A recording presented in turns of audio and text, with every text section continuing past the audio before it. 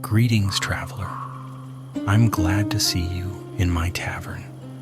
Here you may rest after a hard road, drink a mug of good ale, and listen to an old, honest witcher's tale, one that smells of smoke, winding roads, and silver coins." The road to Dresham wound through the frost-laced fields of Redania like a pale scar under the dim morning sun.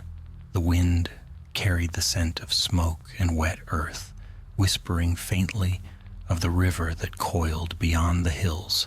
Geralt of Rivia rode slowly, his horse Roach moving at a steady, weary pace. It had been a long ride from Oxenfurt, and the Witcher's thoughts wandered like the smoke trailing from his cloak. He had been summoned again. Another frightened alderman, another village whispering of curses and night stalkers. He had heard the story twice already at roadside inns before he even reached the place. Something, or someone, was killing folk in Dresham, leaving behind corpses drained of blood. A monster, they said. But others whispered a different tale, that it was Sir Lothar, a Redanian knight once thought dead in Nilfgaardian captivity, who had returned home bearing not glory, but darkness. As Geralt crested a rise, the village came into view, a handful of cottages huddled close together, smoke rising from their chimneys. Beyond them stood a crumbling tower, what remained of the knight's old keep. Crows circled above it, their cries sharp against the dull sky. Geralt slowed Roach and dismounted at the edge of the village. Children stopped their play to stare. A woman carrying firewood crossed herself quickly. The Witcher had long grown used to such looks, half awe, half fear. A man stepped from a doorway, wiping his hands on a rag. He wore a fur vest and a thick beard streaked with gray. "You're the Witcher?" he asked. "Geralt of Rivia," the Witcher replied. "You sent for me?" The man nodded. "Aye, I'm Alder Thane. You came sooner than we'd hoped, thank the gods. It's bad here, Witcher. Bad as I've ever seen." They walked together toward the alderman's cottage, where a fire burned low in the hearth. Geralt warmed his hands silently as the man poured 2 mugs of ale. "Tell me," Geralt said. "People have been found in the woods," Thane began, voice trembling. 4 of them now, throats torn open, bodies pale as wax. First we thought wolves. Then we saw the marks. Clean, too clean. Not teeth. Claws, maybe, but he swallowed. But one lad swore he saw who did it. Said it was Sir Lothar himself. Geralt raised an eyebrow. "The knight who disappeared years ago?" "Aye. Fought in the south. They said the Nilfgaardians took him prisoner. He came back this spring. Folks were glad at first until the killing started." The Witcher leaned back, thoughtful. "And you're sure it's him? Seen with their own eyes, some say. Walks like him, talks like him. Lives in the old keep, but he doesn't come down to the village much. Keeps to himself. Strange that is for a man who used to drink with us and laugh like a storm." Geralt nodded slowly. "Where can I find him?" Thane hesitated. "I'll take you to the edge of the hill come morning. But be careful, Witcher. If it truly is Sir Lothar, he was once a good man. No one wants to see him put down like a beast." The night settled heavy over Dresham. Wind sighed through the cracks of the cottage, and the fire burned low. Geralt took a corner by the hearth, sharpening his silver sword by the dim light. Outside, the village slept uneasily. Dogs barked in the distance, then fell silent. Near midnight, a scream broke the stillness, sharp, short, and quickly cut off. Geralt was on his feet before the echo faded. He threw on his cloak, sword already drawn, and pushed through the door into the cold night. The moon hung low, painting the fields silver. A group of villagers had gathered near the well, torches flickering in the wind. At their feet lay a man's body, throat ripped open, eyes frozen wide in terror, blood pooled beneath him, steaming faintly in the chill air. Geralt knelt beside the corpse. The wounds were clean, precise, almost surgical, too fine for claws.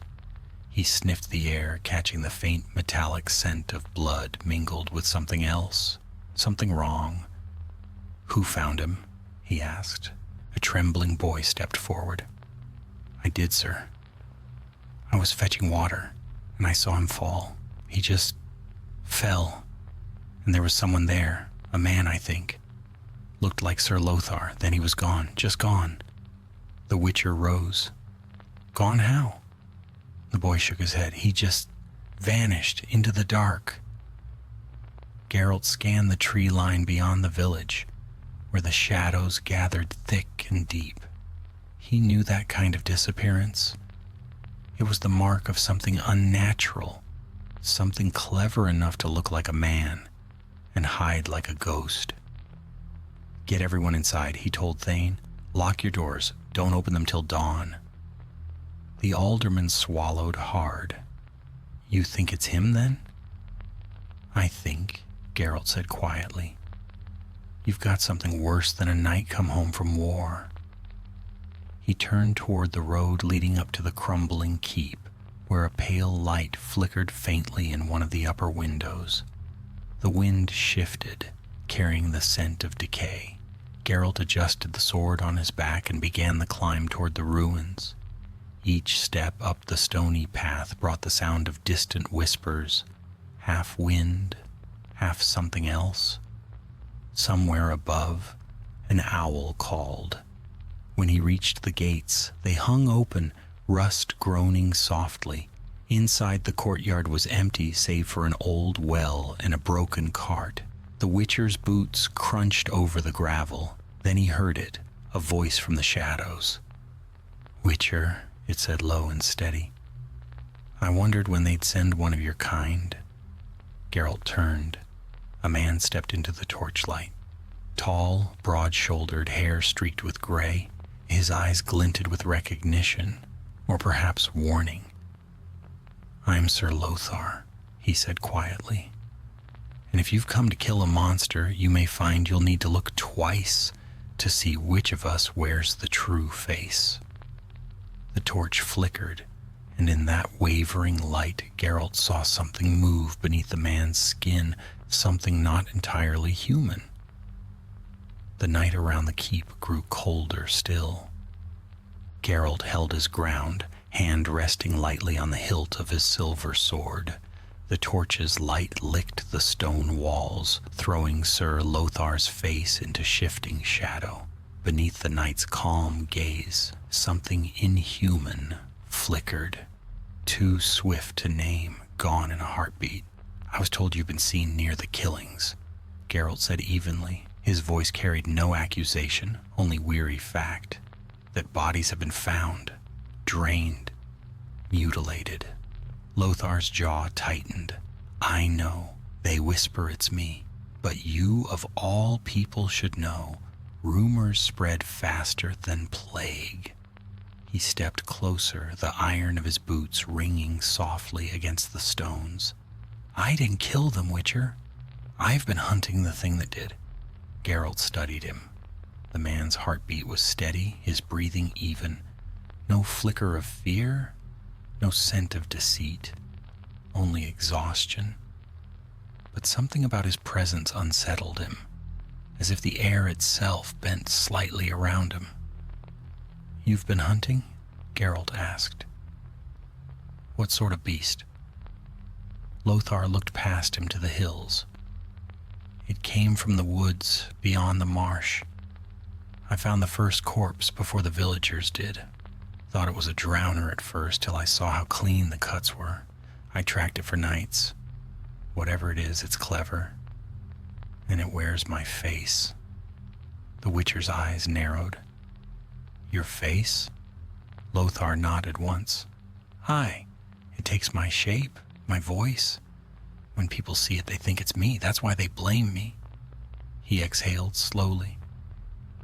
I saw it once for a heartbeat across the riverbank, looked into its eyes, and it looked back with mine.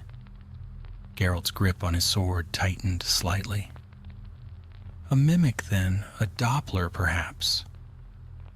Perhaps, said Lothar, though his tone held doubt. If it is, it's no kind I've ever heard of. Silence stretched between them, broken only by the sigh of wind through the broken keep. Geralt's instincts urged caution. He had dealt with mimics before, creatures who stole faces, lives, and voices, but this one sounded different. Stranger. I'll look into it, he said finally. If you're telling the truth, I'll find the real killer. And if I'm not, Lothar asked. Then I'll find you, said Geralt, and turned toward the gate. As he descended the hill, the torchlight from the keep dimmed behind him until only moonlight remained.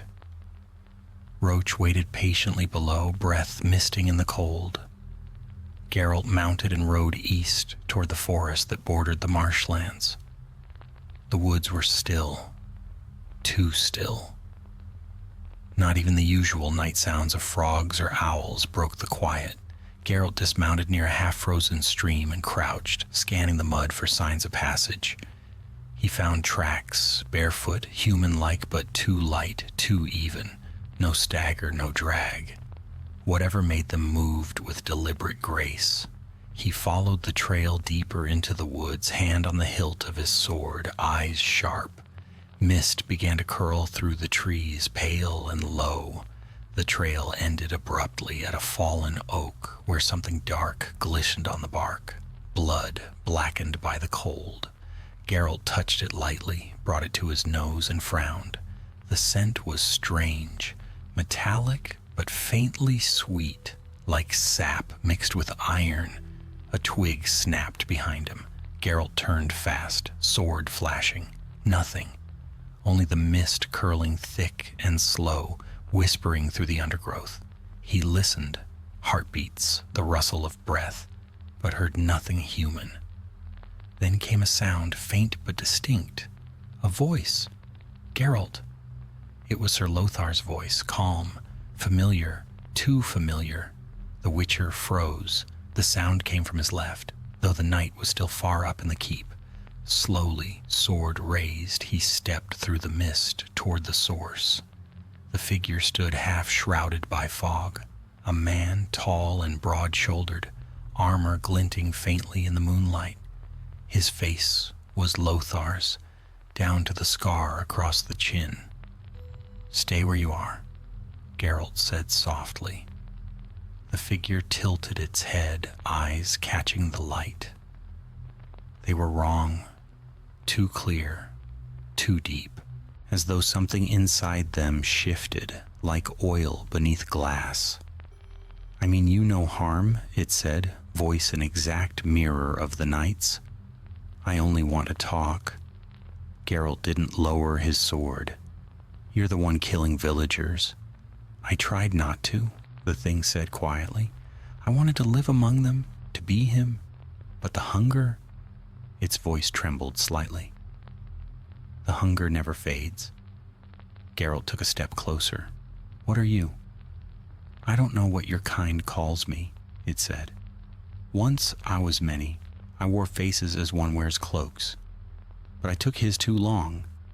The longer I live as him, the more I am him. I forget what I was. I remember only being human, and I want to keep it." Geralt's expression hardened. "And to keep it you kill?"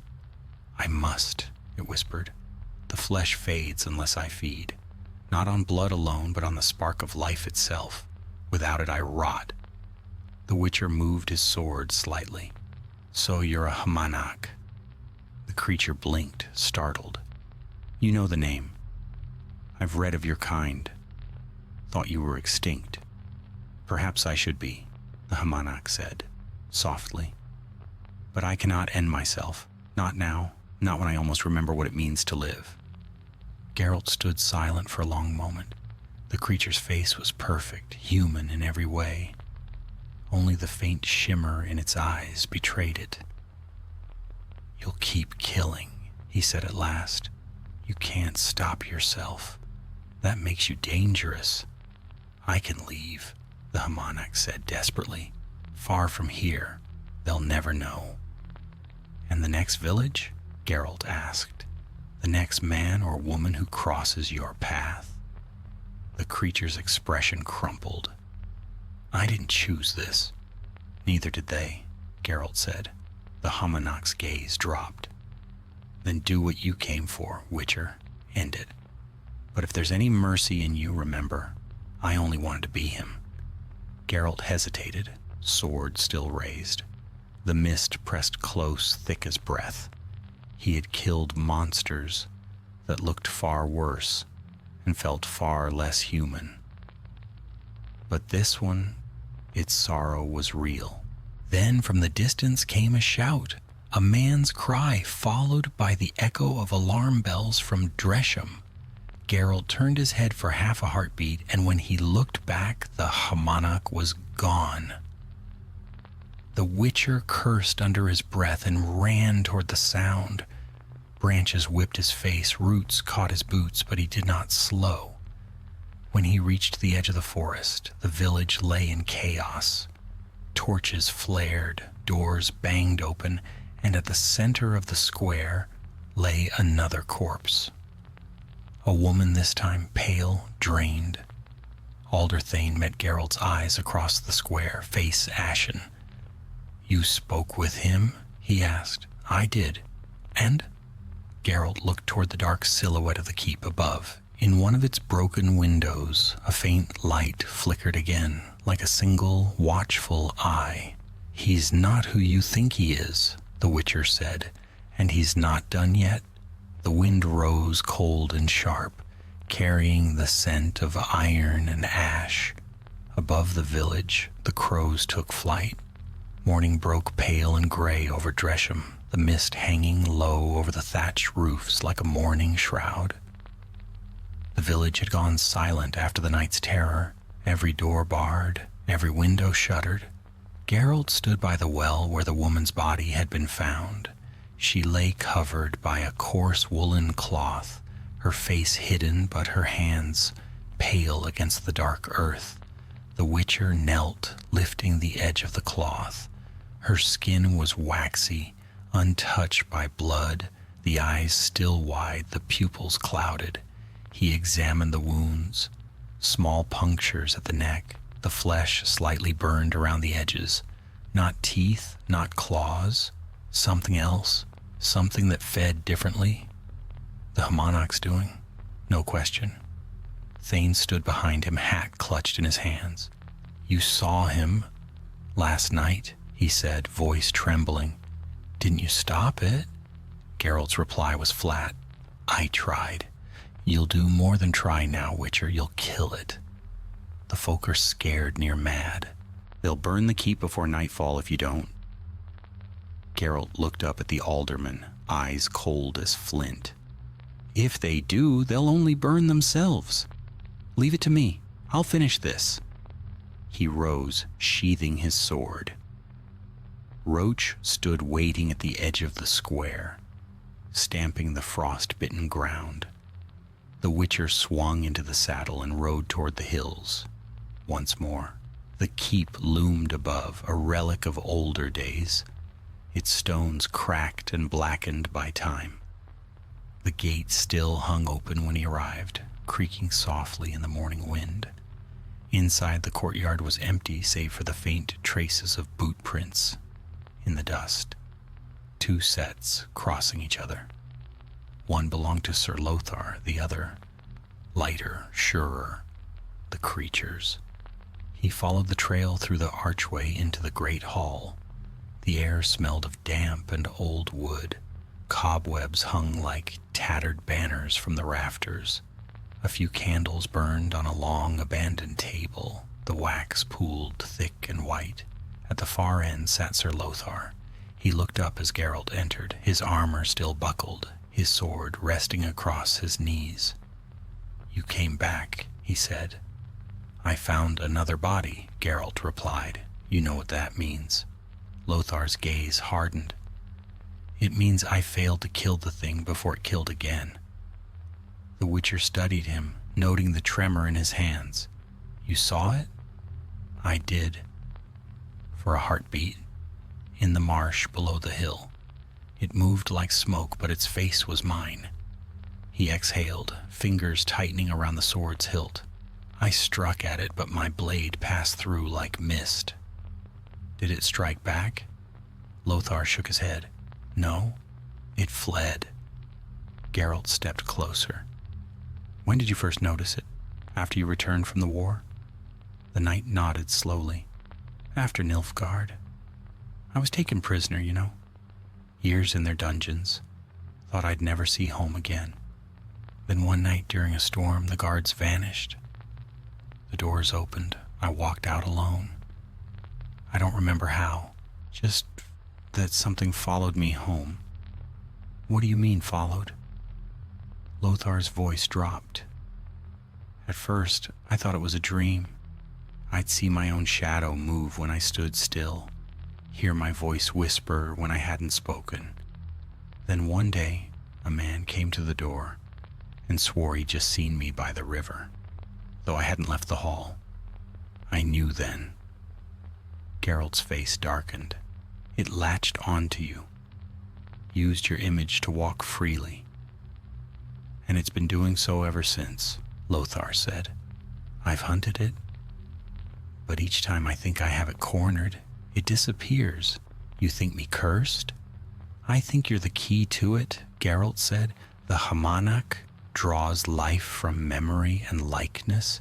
It clings to you because it wants what you have, your name, your life, your place among men." Lothar looked away, his expression weary. "Then end it. If that's what you came for, Witcher, end it now." Geralt's voice was calm. "Not yet. It's bound to you somehow. Kill it wrong, and I might kill you too." The knight gave a grim smile. "That might be mercy." The Witcher ignored the remark. He walked to the window, staring out at the pale expanse of marshland. The fog was lifting, revealing a narrow track winding into the reeds. The creature was somewhere out there, waiting or watching. "I'll need your help," Geralt said finally. "If it's drawn to you, we can use that." Lothar stood, his armor groaning. "Tell me what to do." "Meet me by the marsh at dusk. Bring no men, no torches. It must think you're alone." The knight nodded once. "As you say." Geralt turned to leave, but paused at the threshold. "And Lothar, if you see it before I do, don't look into its eyes. It'll try to use you." Lothar's voice followed him as he stepped out into the cold morning. "And if it succeeds, then I'll have to decide which one of you to kill." The Witcher left the keep, the echo of his boots fading down the hill path. Clouds thickened overhead, the wind carrying the scent of rain. He rode to the marshlands and spent the afternoon laying traps. Sigils carved into stones, oil spread on his blades, silver dust scattered through the reeds. By twilight, the land was drowned in mist again. The air hummed with the faint tension that precedes violence. Geralt crouched among the cattails, waiting. At last he saw movement, a lone figure walking slowly down the track. Lothar, the knight's armor gleamed faintly in the dying light. He moved steadily, sword drawn, every step deliberate. Then from the opposite side of the marsh, another figure emerged, identical, every detail the same, the scar, the armor, the stride. Lothar froze. "Witcher?" he called softly. Geralt didn't answer. He watched, muscles taut, as the two men faced each other across the narrow stretch of water. The second Lothar smiled. "You look tired," it said, voice echoing faintly across the marsh. "Rest." and let me carry your name a little longer." The real knight raised his sword. "You're no part of me?" The monarch's smile widened. "No? Then why do you dream my dreams?" Geralt moved fast as a striking viper, breaking from cover. His sword sang through the mist, silver flashing.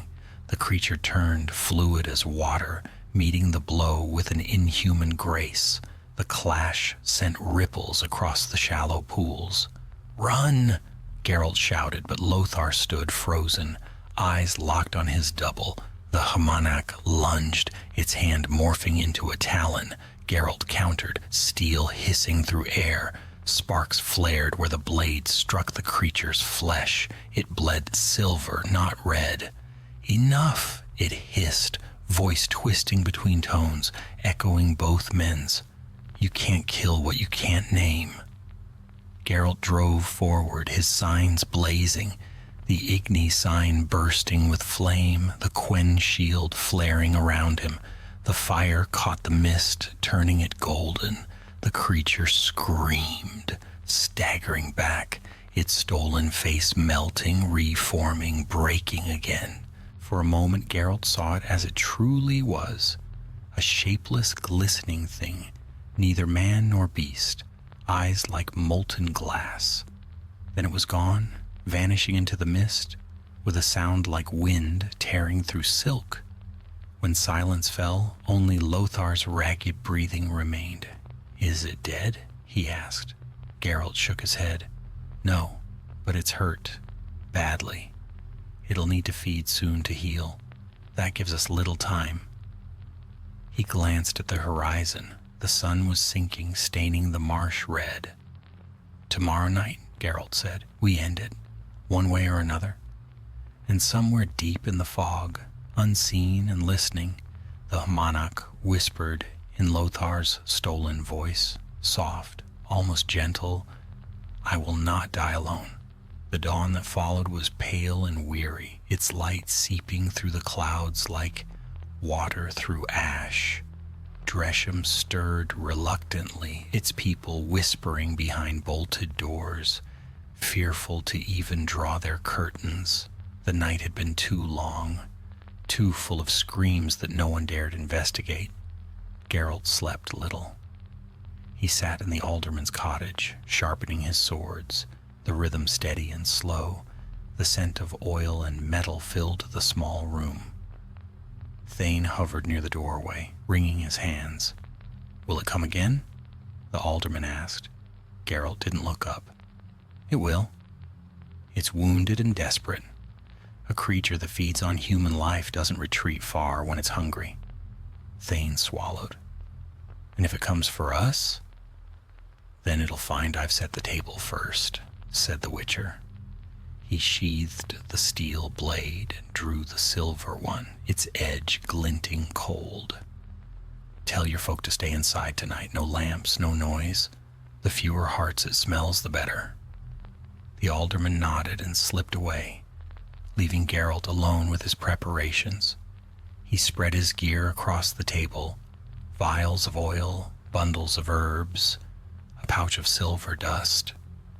He mixed them methodically, each movement practiced, deliberate. He worked in silence until the room smelled of smoke and wolfsbane, until every blade gleamed with a faint, oily shimmer. When the light began to fade, he rose and slung his swords across his back. Outside, the air hung thick with mist again, rolling down from the hills like breath from an unseen beast.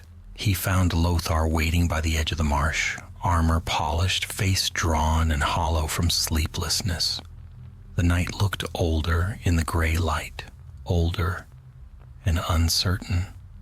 "Did it speak to you again?" Geralt asked. Lothar's gaze flickered. "In dreams, I saw my own hands stained with blood, heard my own voice calling for help. I woke with my sword drawn." Geralt grunted. "It's trying to break you. Don't let it in." The knight's jaw tightened. "If it takes my face again, Witcher, if it fools you, how will you tell the difference?" Geralt regarded him for a long moment. I'll know. Then he turned and led the way into the marsh. The land here was treacherous, a sprawl of reeds and black pools that reflected nothing. The air smelled of rot and stagnant water. Each step sank slightly, sucking at their boots. In the distance, crows circled above, something unseen. They reached a small rise where the ground grew firmer. Geralt crouched and drew a circle in the mud with the tip of his sword, whispering the words of a sign.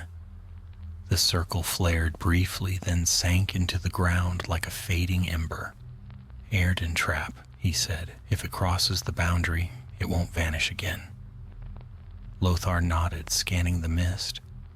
And if it doesn't come? Geralt's eyes narrowed. It will. It's drawn to you. The sun slipped behind the clouds and the marsh dimmed into shadow. The two men waited in silence, every rustle of reeds sounding like breath, every ripple like movement.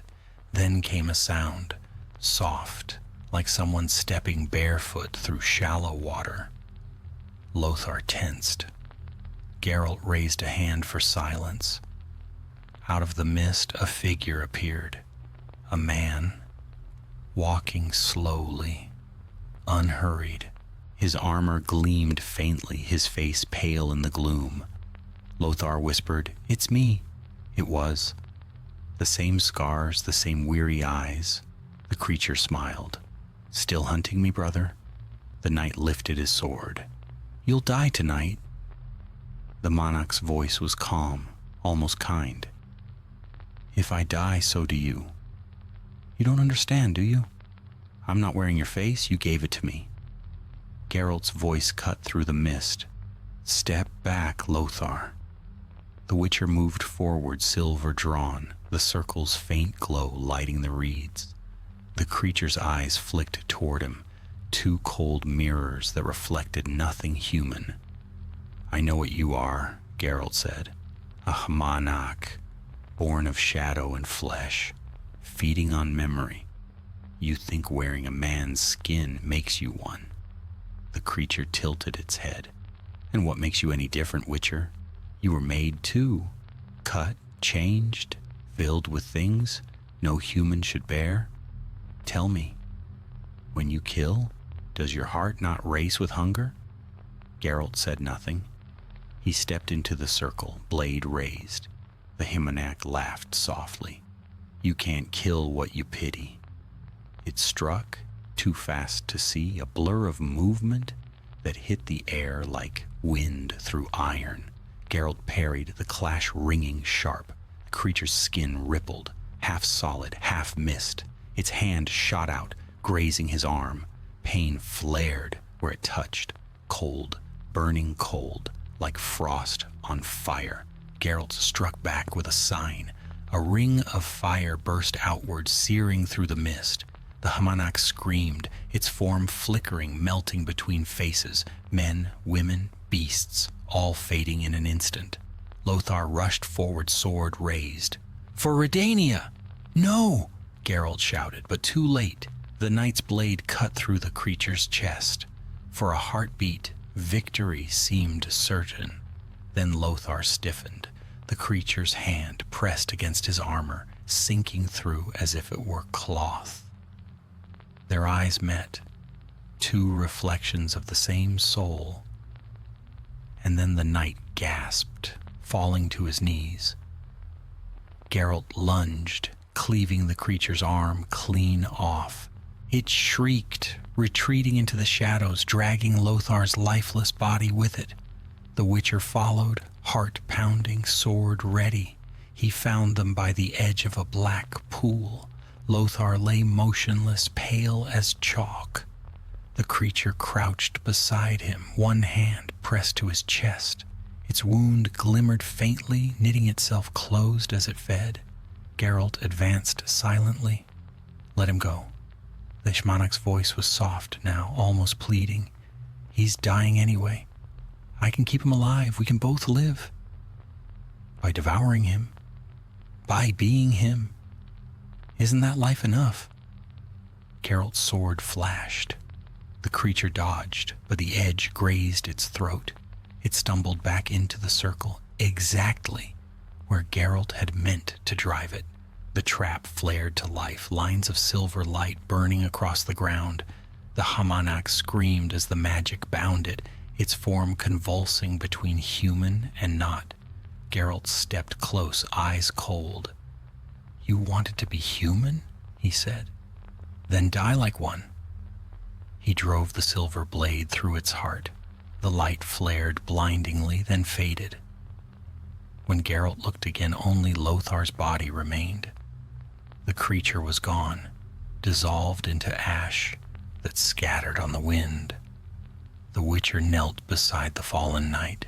Lothar's eyes were open, staring at nothing, but his face was peaceful, as if at last freed from something terrible. Geralt closed the lids gently. The mist was breaking now, the first stars showing above the marsh.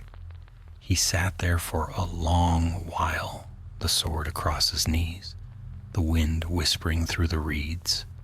When he finally rose, he looked once toward the village, where faint lights flickered like distant candles. Then he turned his horse toward the road.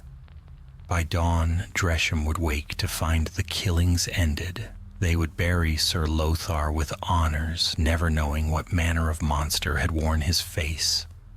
And Geralt of Rivia would be gone, leaving behind only a trail of hoofprints fading into the fog.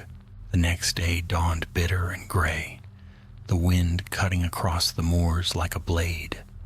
Dresham's bell tolled thrice that morning, the old signal of mourning. The villagers gathered near the chapel, cloaks drawn tight, heads bowed against the cold.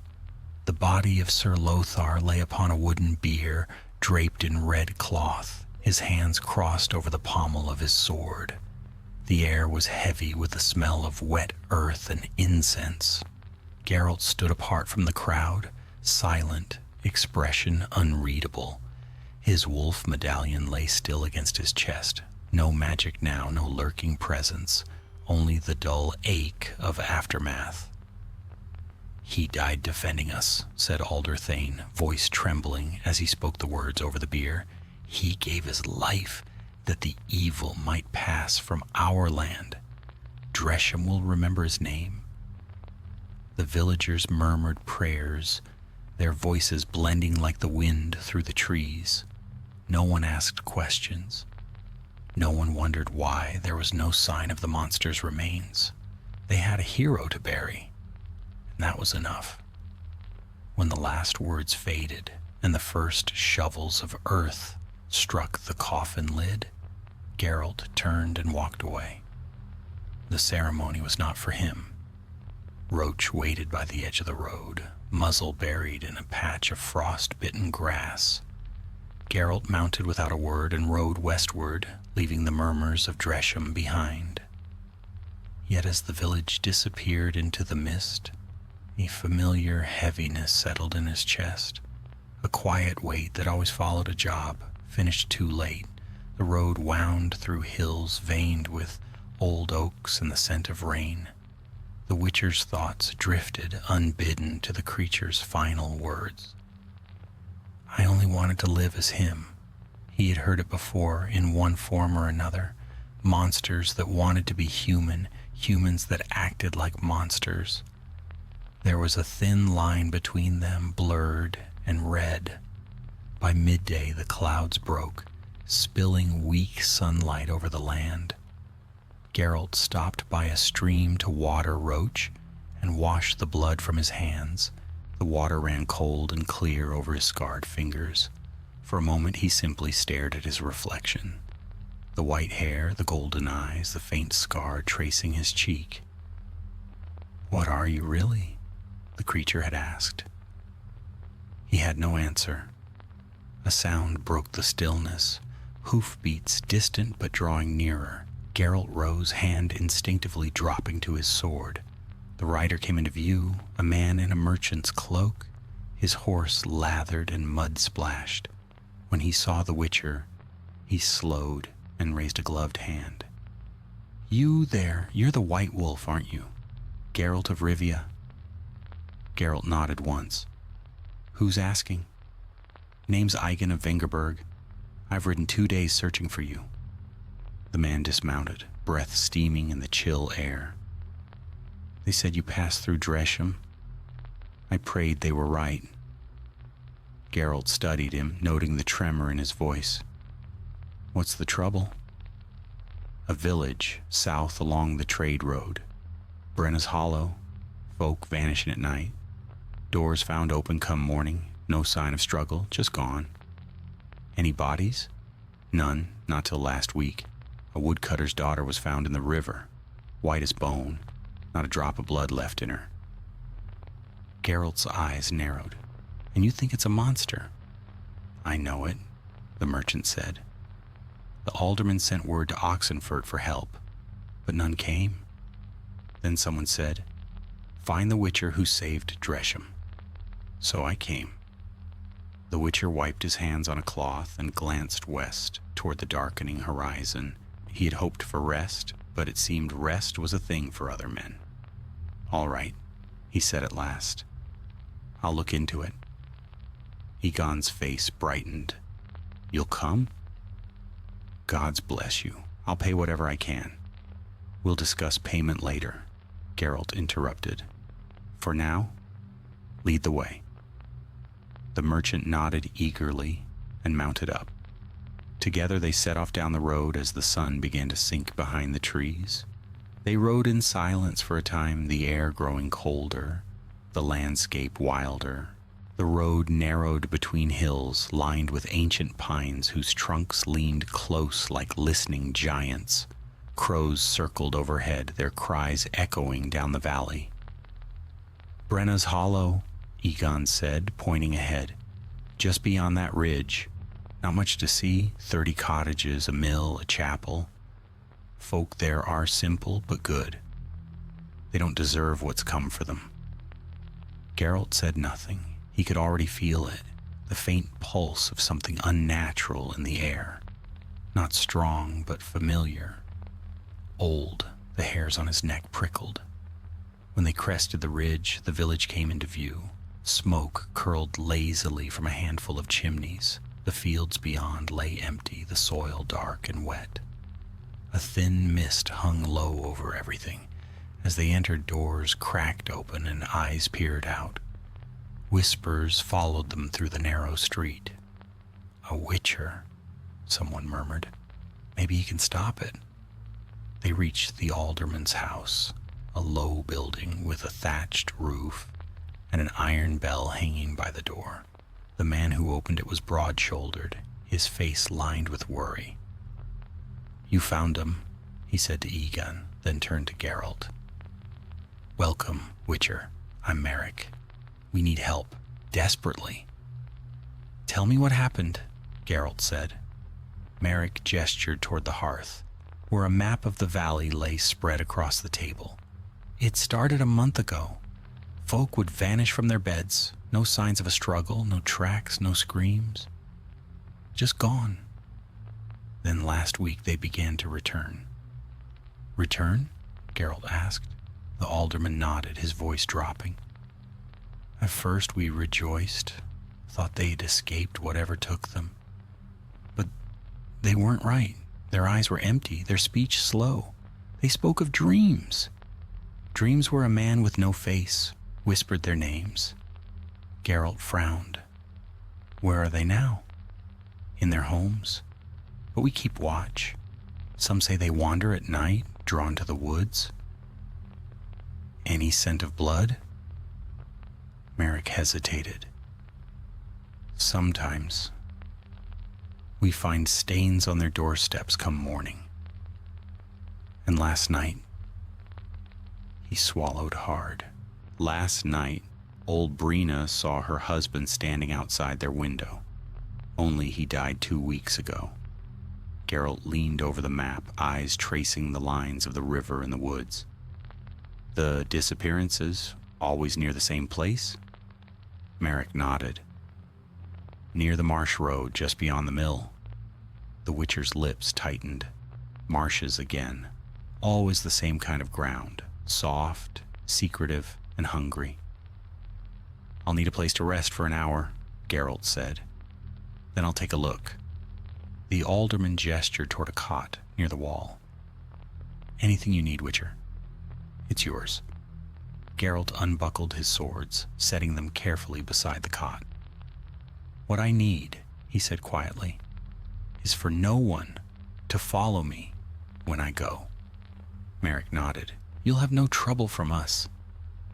As the Witcher lay back, staring at the smoke-blackened rafters, his thoughts drifted once more to Dresham, to the creature that had worn a man's face.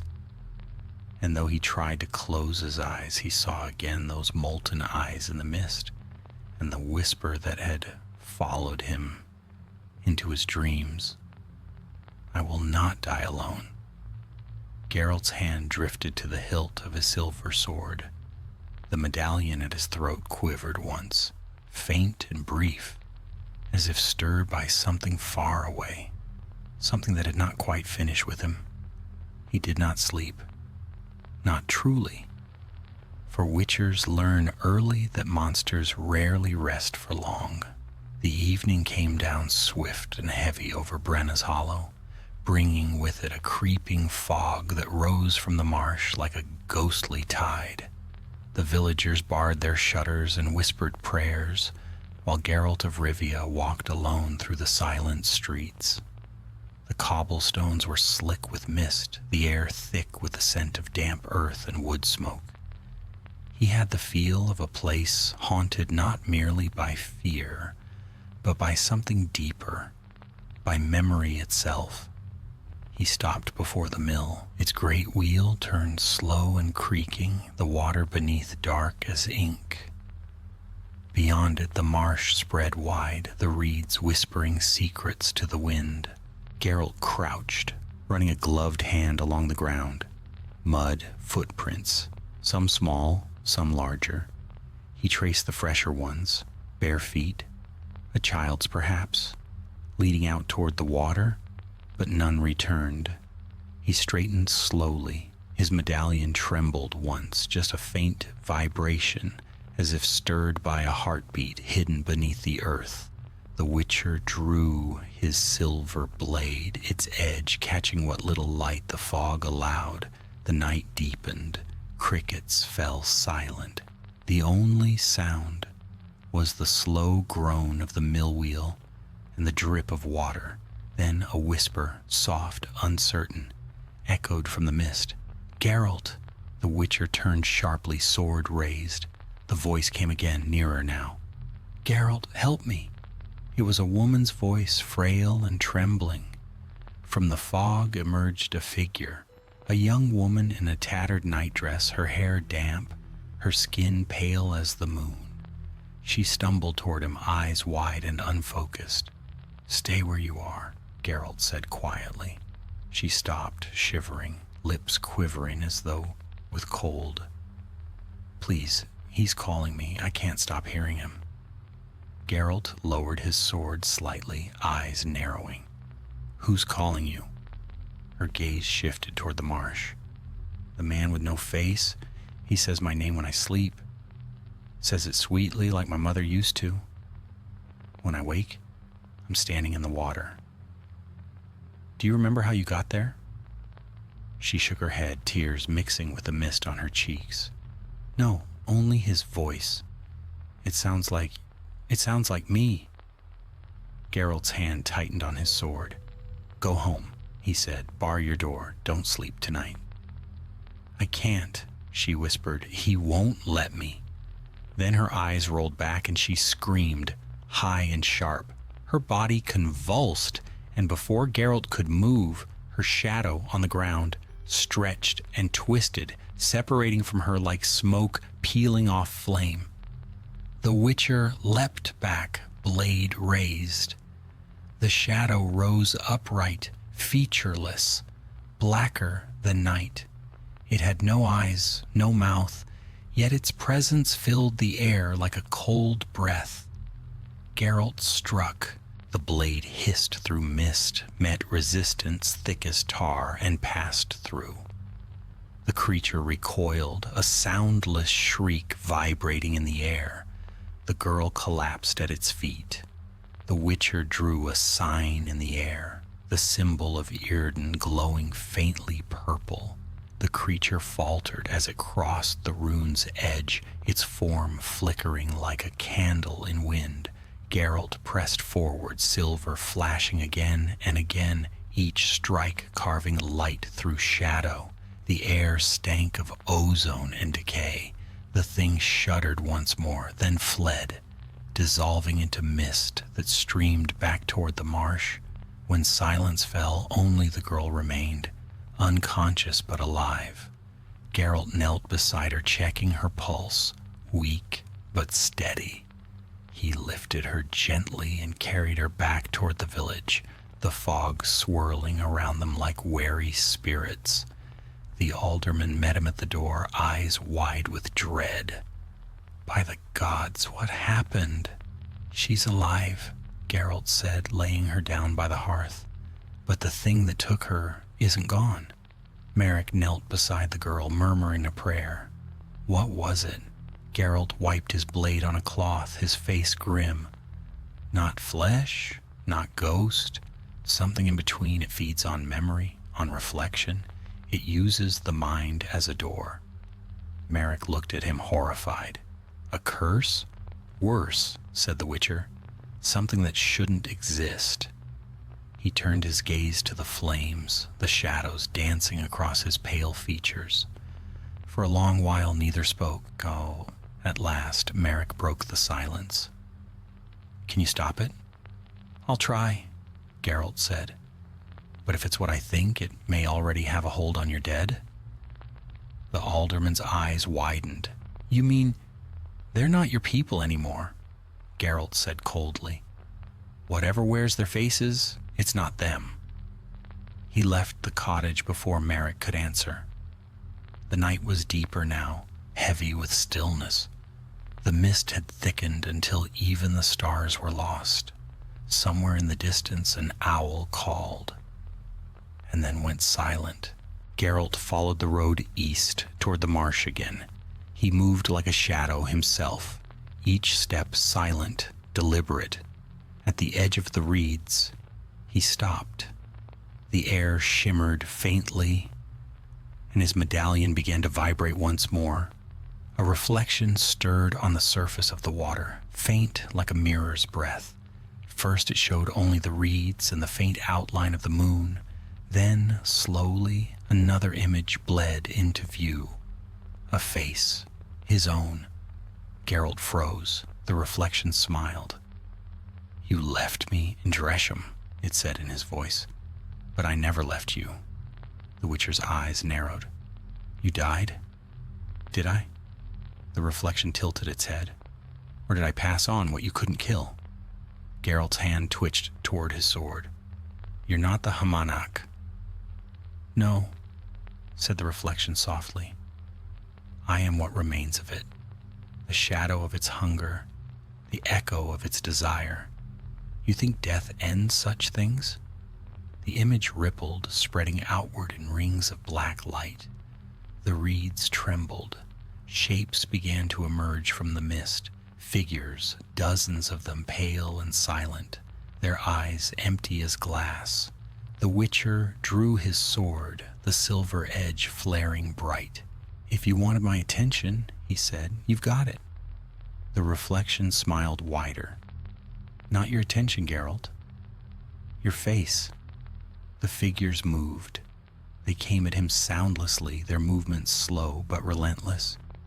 Geralt's blade cut through them like fire through paper, each stroke bursting them into clouds of shadow that reformed a moment later.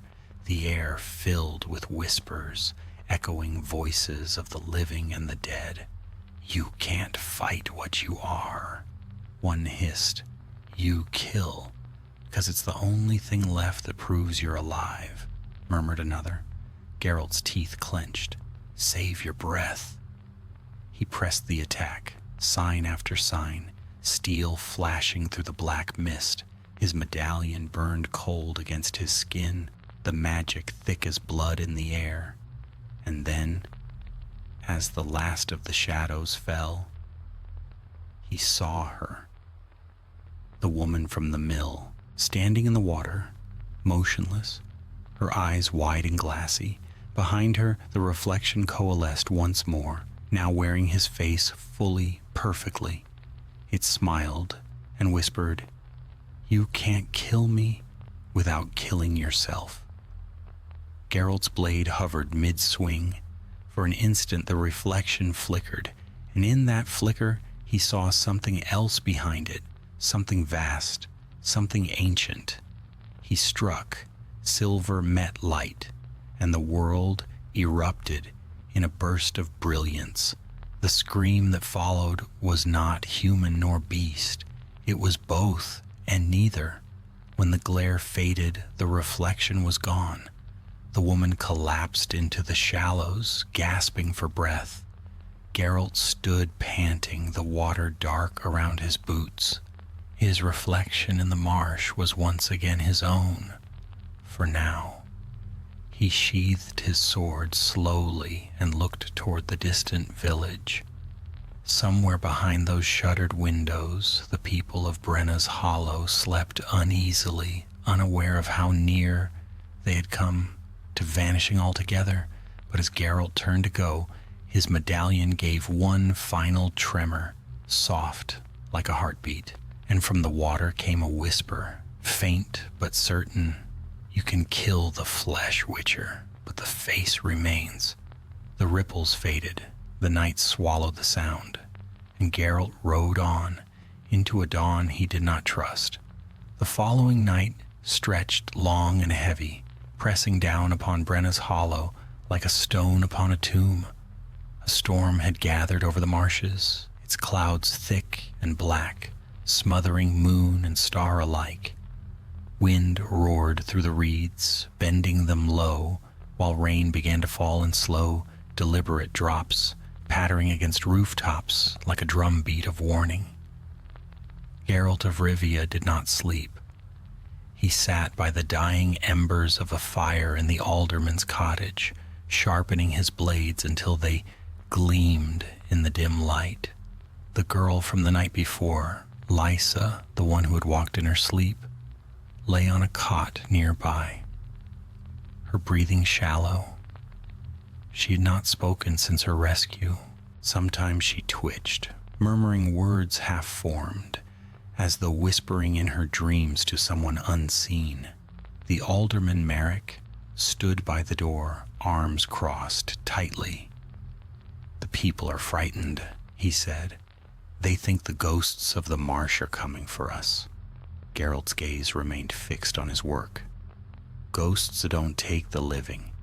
Whatever this is, it's no spirit." Merrick hesitated.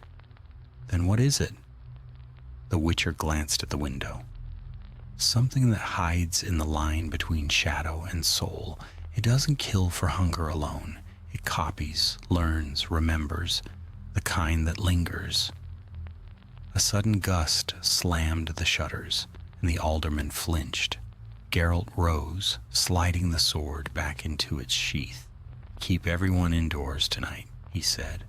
"Bolt your doors, burn salt and sage at your thresholds.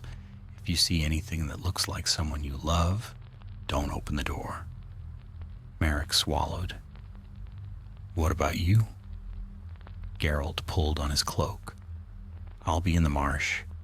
I need to know if what died in Dresham truly died." He stepped into the storm.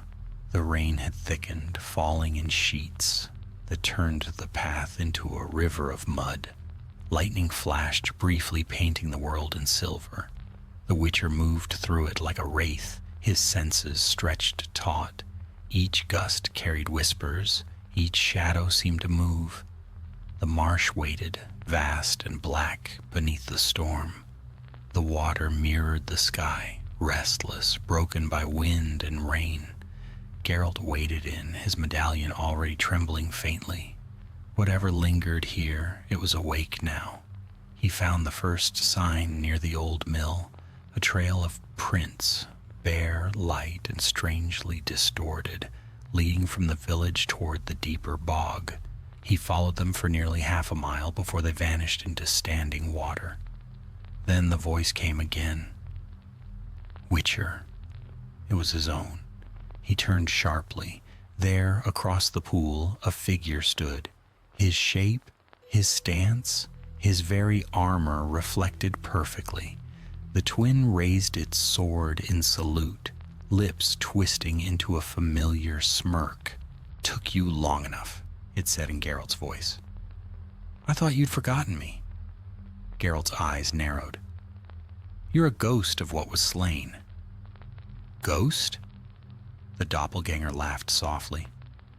"No, you killed the flesh, but what you destroyed was only one half. I am what was left, the echo, the thought. You can't burn thought with silver." Geralt said nothing. Rain hissed across his armor as he circled slowly, studying the creature. It moved as he did, matching every step, every gesture. A perfect reflection. "You feed on memories," he said, "on the fear of being forgotten." The reflection's smile widened. "And what do you feed on, Witcher? Contracts? Coin? The illusion that you're still human?" Geralt drew his sword. "Enough talk." "Ah," said the reflection, tilting its head. "There it is. The blade. Always the answer. You fight because you have nothing else.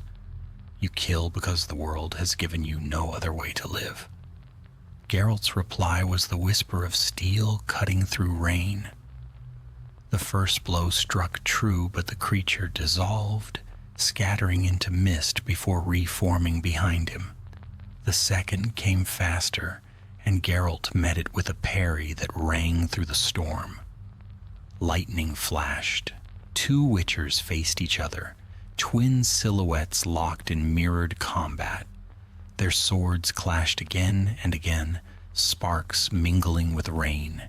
Each move Geralt made, the creature made in kind, anticipating, countering, matching strength for strength, speed for speed. Then the reflection spoke again, even as their blades locked. "You can't win, Geralt. I know your every strike. I am you." "Then you know how this ends," the Witcher hissed, twisting free. He drew a sign with his left hand. Irden flared at his feet, its violet light slicing through the rain. The circle pulsed outward, its magic anchoring to the earth. The reflection faltered as it stepped across the runes, its form flickering. Geralt pressed the attack. His sword cut through air and illusion alike. The creature reeled, its edges unraveling like smoke. Yet even wounded, it laughed. "You think killing me ends it?" it gasped. "You'll find me again, in every pool that mirrors your face, in every shadow that follows your step. You made me when you pitied the first of us. I am your mercy made flesh." Geralt drove the blade through its chest. The reflection screamed, light bursting from within its body like shattered glass. The rain turned to steam, the marsh blazing white for a heartbeat. Then all went dark. When Geralt's vision cleared, the reflection was gone. Only ripples moved across the water. The Witcher stood still, breath clouding in the cold air. But as he turned to leave, a flicker caught his eye, a faint shimmer in the water's surface. He looked down and saw his reflection once more. Only this time it did not move as he did. It smiled. Geralt's hand shot to his sword, but the image was already fading. He stared into the black water long after it was gone, until the storm passed and the world fell silent again. By the time he returned to the village, dawn had begun to creep over the horizon. Brenna's hollow was quiet, its people still locked in uneasy slumber. Yet something in the air had changed. The heaviness that had clung to the place seemed thinner, weaker, as if the thing that haunted it had retreated, at least for now. Merrick met him at the edge of the square, eyes wide. "Is it done?" Geralt nodded once. "For tonight." The alderman exhaled shakily. "Then you'll stay, just until we're sure?" The Witcher shook his head. "No. If it returns, I'll know. But staying won't help you. Burn the reeds near the marsh. Salt the water. And remember, don't look into what you can't see through." He mounted Roach and turned toward the road. The villagers watched from their windows as the pale-haired man rode away, his cloak trailing behind like a strip of shadow in the dawn. When the last of the houses fell from view, Geralt slowed, glancing once toward the east where the sun began its slow climb. He caught his reflection for an instant in a puddle by the roadside, only a flicker of light and water. It did not smile this time, but for a moment its eyes looked away from his. The Witcher rode on, rain washing the last traces of the night from his armor. The marsh lay quiet behind him. Yet he knew the silence of such places never lasted. Something always waited beneath, something that remembered. And though he would not admit it aloud, a thought followed him, quiet and persistent. Perhaps some monsters wore human faces, perhaps others merely borrowed his. The trail that led away from Brenna's Hollow wound into the low country, where the marsh gave way to rolling moors and heather fields the color of ash. Geralt rode for half a day without seeing a soul. The air was damp and heavy.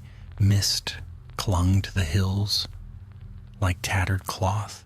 Though the Witcher did not say it aloud, the silence unsettled him. No birds sang, no insects stirred. Even Roach snorted uneasily, her ears twitching at sounds that were not there. By midday, the road dipped into a narrow valley where a small inn stood beside a crooked willow. The sign creaked above the door, the ox and lantern. Geralt dismounted, tied Roach beneath the eaves, and stepped inside. The inn was nearly empty. A single fire burned in the hearth, and behind the counter stood a plump woman with a scar across her cheek. She looked up, blinking in mild surprise at the sight of him. "A Witcher, eh? Haven't seen one since the war," she said. "What'll it be?" "Beer," Geralt replied, "and whatever's hot." The woman nodded and shuffled off. Geralt took a seat by the window. Rain began again, tapping against the glass. He watched the gray horizon as he drank, listening to the slow crackle of the fire and the occasional groan of the timbers. Two travelers sat in the corner, a peddler and a huntsman by the look of them. They spoke in low tones, casting nervous glances toward the Witcher. "You heard about Brenna's Hollow?" the peddler whispered. "They say the dead walk there. Took the alderman's son too. Came back wrong." The huntsman spat into the fire. "Aye, my cousin saw the lad on the road, pale as chalk, eyes black as pitch. Said he spoke with two voices." The peddler shivered. "What sort of curse is that?" "Not a curse," Geralt said quietly without turning. "A remnant." Both men startled. The peddler opened his mouth, shut it again, then managed, You came from there?" Geralt drained the mug. "It's finished. For now." The huntsman frowned. "For now? Then you think it'll come again?" The Witcher's golden eyes met his. "Things like that don't die easy. Shadows always find new walls to cling to." Neither man spoke after that. When Geralt rose to leave, the innkeeper pressed a bundle of bread and cheese into his hand. "Take it," she said. "You look like you haven't eaten proper in days. No charge." He nodded in thanks and stepped back into the rain. The moor stretched wide before him, desolate and gray. He followed a narrow track that wound between pools of standing water and clumps of twisted birch. The scent of rain on iron filled the air. Somewhere ahead lay an old watchtower, He remembered it from the maps. The merchants once used it as a landmark, but when he reached it, he found the stones blackened, half collapsed, the ground around it scattered with bones, bleached white by wind. Not human, wolf, deer, and smaller things. Something about the arrangement was deliberate. Circles, spirals, marks cut deep into the dirt. Geralt dismounted and crouched to examine them. They were fresh, the grooves still sharp. Blood, animal, not human, streaked the stones. A ritual site, though not one he recognized. He traced a mark with his glove, feeling a faint hum beneath his fingers. Old magic. Then came the sound of footsteps, soft, deliberate. Someone was behind him. "Don't," Geralt said without looking up. A pause, then a low voice, rough but steady. "You've got sharp ears, Witcher." He turned slowly. A man stood a few paces away, cloaked and hooded. He held no weapon, but his stance was wary. His eyes, what little Geralt could see beneath the hood, were strange, gray, almost translucent. "Not many travel this way," Geralt said. "Not many come back," the man replied. "You've been near the hollow, haven't you?" Geralt's silence was answer enough. The stranger stepped closer, his boots silent on the wet grass. "I felt it from miles off, the disturbance. Something old's been stirred. Something that should have slept." "You're no ordinary traveler," Geralt said. The man smiled faintly. "No, you might call me a hedge mage. I keep to myself. But when the veil between shadow and soul starts to thin, I take notice." Geralt's hand rested lightly on his sword hilt. "Then you know what caused it?" The mage nodded toward the tower. "It began here, long before your kind walked the roads. There was a temple once, to a spirit of reflection, a god who promised to show men their true selves. They built mirrors of polished obsidian, prayed to see wisdom in their own faces. But what they saw instead drove them mad. The cult died out. The spirit didn't." Geralt's expression hardened. "The Hmanak?" The mage tilted his head. "You know the name? I killed one. Did you?" The mage's tone was mild, but his eyes glinted. "They don't die as men do. They return, bit by bit, wherever someone doubts what they are." The wind rose, carrying the smell of rain and rot. Geralt glanced toward the tower again. The air shimmered faintly as if heat rippled through it. The mage drew a small pendant from beneath his cloak, a shard of black stone on a silver chain. "This was taken from the altar," he said. "The villagers brought it to me years ago, begging me to cleanse it. I thought I had, but now—" The shard pulsed faintly, a heartbeat of dull red light. "Put it away," Geralt said sharply. "That thing's bound to it." The mage slipped the pendant back beneath his cloak, though his hand trembled. "It's calling to the shadows again.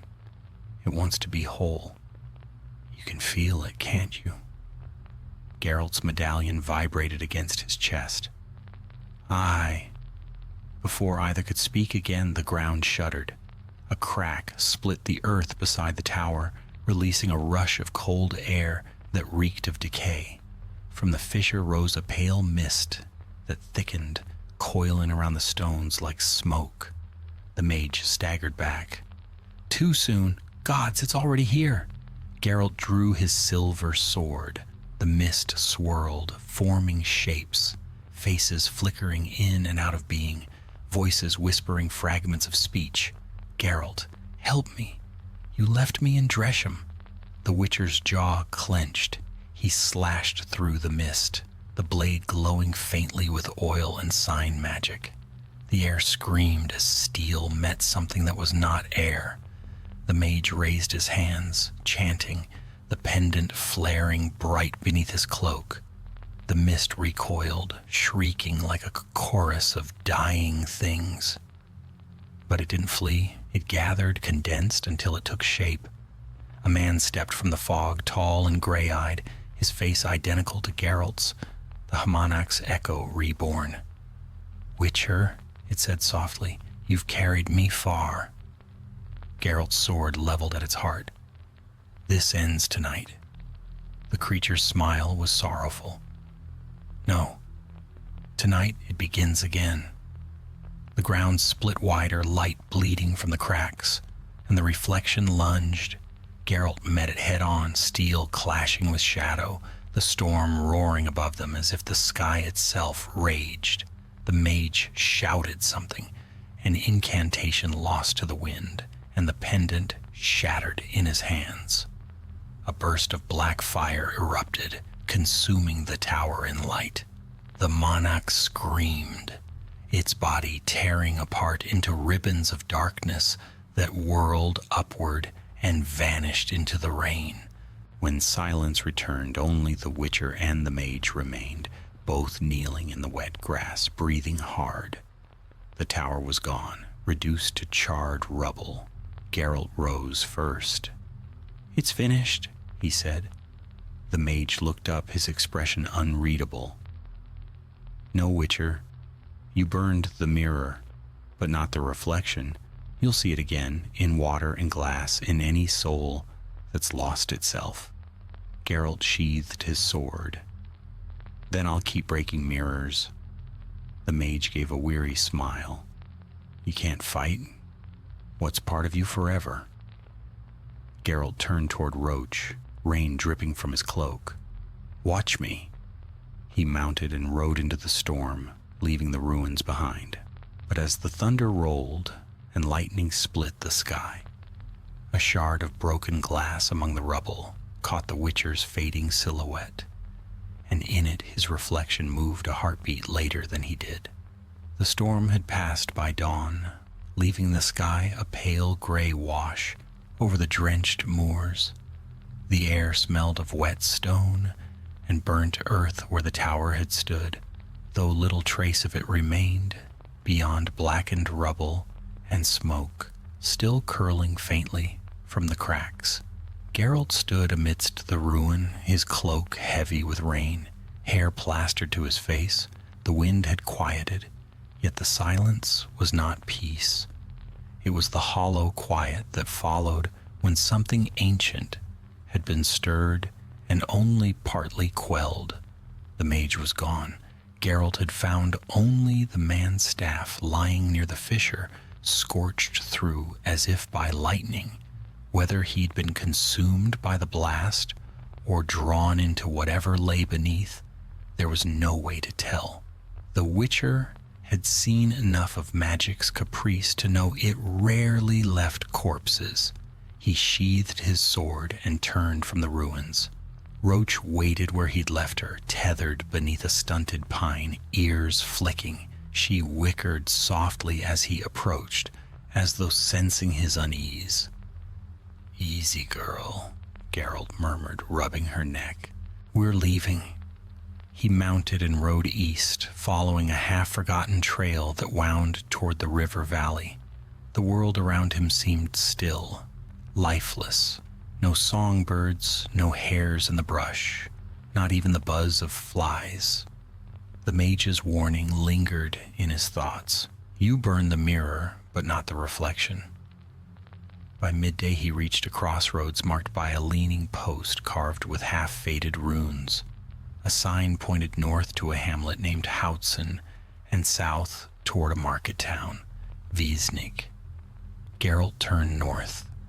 He preferred the small places, the kind that whispered their fears quietly and kept their graves close to home. The path narrowed as it wound between alder trees. Their roots rose like gnarled fingers from the earth, clutching at the road. When he reached the crest of a hill, he saw the village, little more than a clutch of cottages gathered around a stone well, smoke rising thin from their chimneys. Children paused at play to stare as he approached. One dropped her doll, watching him with wide eyes as if she'd seen him in a dream. The elder met him near the well, a bent woman with a shawl wrapped tight about her shoulders. "Witcher," she said, her voice rasped by age. "We've been waiting." Geralt dismounted slowly. "Waiting for what?" "For the rider from the storm," she said simply. "He was seen last night coming from the south. Said he'd bring us deliverance." Geralt frowned. "You saw someone ride this road?" The old woman nodded. "Aye. Tall man, pale hair, sword on his back. Looked much like you." The Witcher's hand brushed the hilt at his side. "And what did he do?" "He spoke with the miller's boy," the elder said, "and the lad followed him into the fields. At dawn, we found the boy's clothes by the river, but no sign of him." A cold knot tightened in Geralt's gut. "Where?" The elder pointed eastward. "By the old willow grove. Folk don't go there now. The air there's wrong." He nodded once. "Stay inside till I return." The grove lay at the river's bend where the water slowed and turned dark beneath the trees. Mist clung to the surface thick and low. As Geralt entered the clearing, his medallion began to hum, faint but steady. The grass was flattened in a wide circle as though something heavy had rested there. The scent of blood drifted faintly through the damp. At the center of the grove stood a single willow, massive and ancient, its boughs trailing like shrouds. Beneath it, half sunk in the mud, lay a pool of still water no wider than a man's height. It gleamed black as obsidian. Geralt knelt beside it. The reflection staring back was his own, pale, grim, eyes sharp. Yet when he moved, the image did not. It smiled. "Still chasing your shadow, Witcher?" it asked, voice soft as rippling water. Geralt rose, sword sliding free with a whisper. "I burned you out of the marsh, buried you beneath the tower. You should be gone." The reflection laughed quietly. "Gone? I was never gone. I am every lie you've told yourself. Every life you've taken to convince yourself it was duty. You can't burn guilt, Geralt. You feed me with it." The water rippled, and from it rose a shape, vapor made flesh, limbs of shifting smoke and bone. It took on his outline again, but its eyes burned silver white, devoid of humanity. "I don't need to kill you," the reflection said. "I only need you to remember." Geralt struck. The blade cut through the mist body, sending droplets flying like ink, but the wound closed as fast as it opened. The reflection's hand shot out, gripping the Witcher's arm. The touch was freezing, his flesh numbed instantly. Images flashed through his mind. Dresham's burning keep, Lothar's dying eyes, the girl by the mill whispering his name. He tore free with a growl, driving a boot into the creature's chest. It stumbled back into the pool, which boiled violently under the impact. Geralt drew a sign in the air, Igni, and flames burst across the surface. The reflection screamed, its voice merging with a hiss of steam, but the water didn't boil away. It burned black, turning to glass where the fire touched. "You think me bound to that form?" the creature hissed from the flames. "I am bound to you." The glass cracked. In its fractured surface, Geralt saw countless versions of himself, some older, some younger, all scarred, all carrying swords. One by one, the reflections turned their heads toward him and smiled. His medallion pulsed violently. Whatever bound the monarch's echo to him was feeding now, drawing on his memories, his very sense of self. He sheathed his sword and reached into his pouch for a vial, hanged man's venom mixed with crushed moon dust. He uncorked it with his teeth and poured it onto the glass. The mixture hissed, spreading fast, turning the reflections into shadows. The echo shrieked, its body unraveling like torn silk. "You cannot destroy what?" The word ended in a burst of light. The pool shattered, water splashing outward before vanishing into the soil. When the last of it was gone, only scorched earth remained beneath the willow.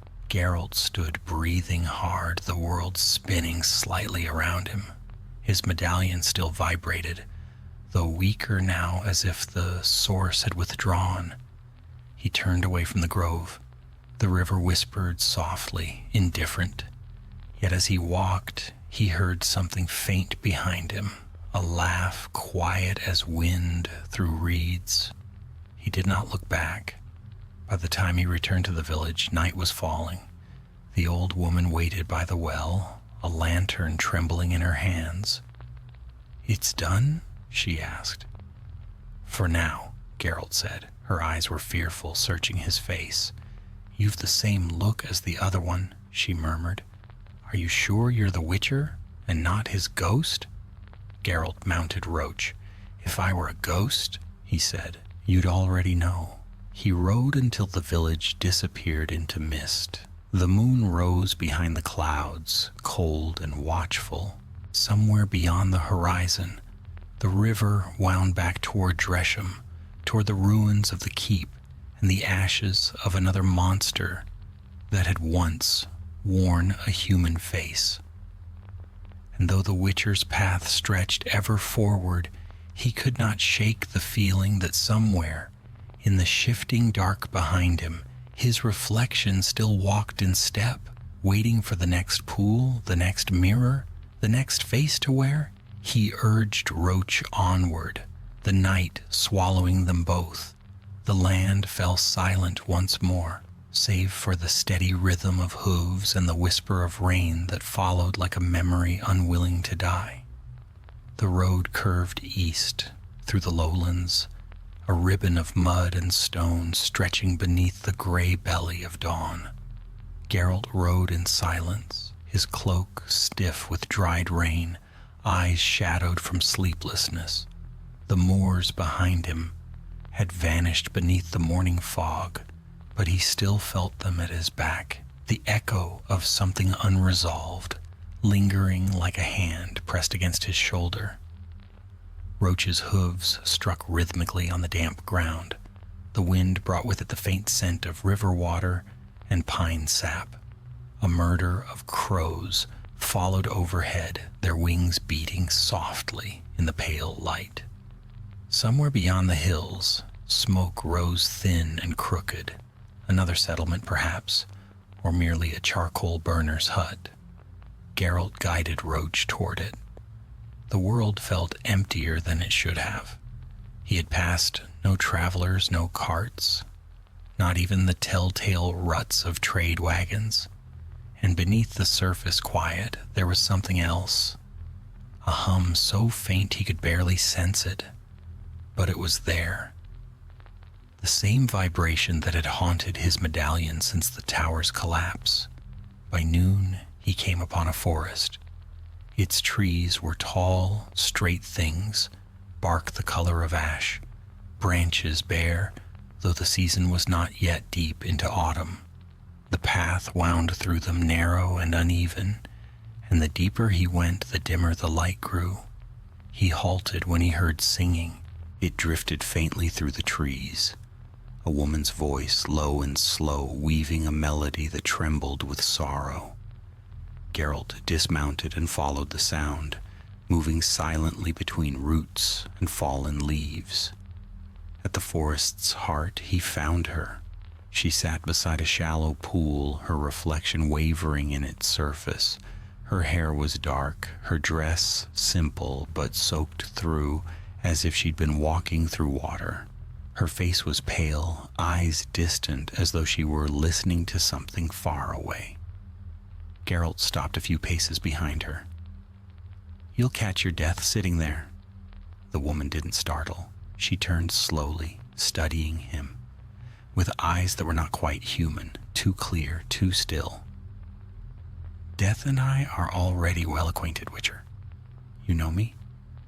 "I know what hunts you," she said softly. and I know what hunts through you."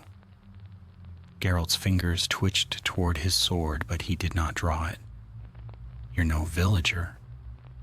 "No, I was once a priestess of Melitele," she said, her gaze returning to the water.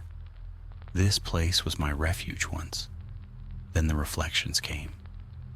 "Reflections?" She nodded. "They began as dreams. Faces in the water when none stood above it. Voices that whispered my name. Then they learned to step out of the pools. At first they only watched. Later they wore my face." Geralt's voice hardened. "You saw one recently?" The woman smiled faintly, though there was no warmth in it. "You stand where I saw it last. It looked like you." The Witcher crouched by the water's edge, studying the surface. The pool was shallow, clear enough to see the pebbles beneath. Yet even in the stillness, his reflection seemed slower, moving a heartbeat after he did. He touched the surface lightly with his gloved fingers. A shiver ran through the water, spreading ripples outward. For a moment, another image shimmered there. Not his own, but something pale and indistinct. A face with hollow eyes. The woman's voice trembled. "It knows your name. It waits in every mirror, every drop of water. When you killed it, you didn't end it. You freed it." Geralt rose. "Then I'll bind it again." "You cannot bind what is part of you," she said quietly. "The Hamanach fed upon likeness. You slew its flesh, but its hunger remains, wearing your shape now. It grows stronger with every memory you revisit, every guilt you carry." "Then it won't have long to feed," Geralt muttered. The priestess watched him a moment longer. "Be careful, Witcher. The longer you chase shadows, the more they begin to resemble you." He turned from the pool and returned to Roach. When he looked back once, the woman was gone, and the place where she had sat was empty save for the slow swirl of mist rising from the water. He rode on. The forest thinned into hills, the path climbing toward higher ground. Toward evening he reached a ruined roadside shrine. Moss choked its stonework, and the statue at its heart, once a goddess with open hands, was now faceless, worn smooth by rain and time. Someone had daubed strange sigils in the mud around its base, symbols that twisted subtly when he tried to focus on them. Geralt knelt to examine one. His medallion began to vibrate violently. A faint voice whispered near his ear, "Witcher." He turned, sword drawn, but there was no one. When he looked back, the statue's hands were no longer empty. In one, a black shard gleamed like glass. He reached for it cautiously. The surface was cool, but within it shimmered a faint image, his own face, staring back. He clenched his fist and crushed the shard to powder. The wind howled through the shrine as though the act had freed something long trapped. For a heartbeat he felt dizzy, as if his mind had been split in two. Then he heard footsteps behind him. He spun, sword raised. Another Geralt stood a few paces away. The same armor, the same scars, but his eyes glowed faintly silver. "You should have left it buried," the double said. "Every time you destroy a piece, you make me stronger." Geralt said nothing. He lunged, steel meeting steel. The double's movements mirrored his perfectly. The air rang with each clash, sparks scattering like stars. The battle wound through the ruins, blades cutting arcs of light through dusk. Finally, Geralt fainted, driving his boot into the copy's chest. The double staggered back into the shrine, crashing against the faceless statue. Its sword flew from its hand, skittering across the stones. The Witcher closed in for the kill, but the double smiled. "You can't kill me, Geralt. I am what's left when your purpose ends."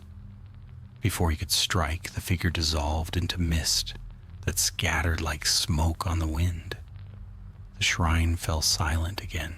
Geralt stood breathing hard, his blade dripping with dew. He looked down and saw his reflection in the fragment of black glass scattered across the ground. For an instant it winked. He ground the shards beneath his boot until they were nothing but dust. Night had fallen fully. By the time he mounted Roach again, the stars were hidden, the moon a thin, cold arc above the horizon.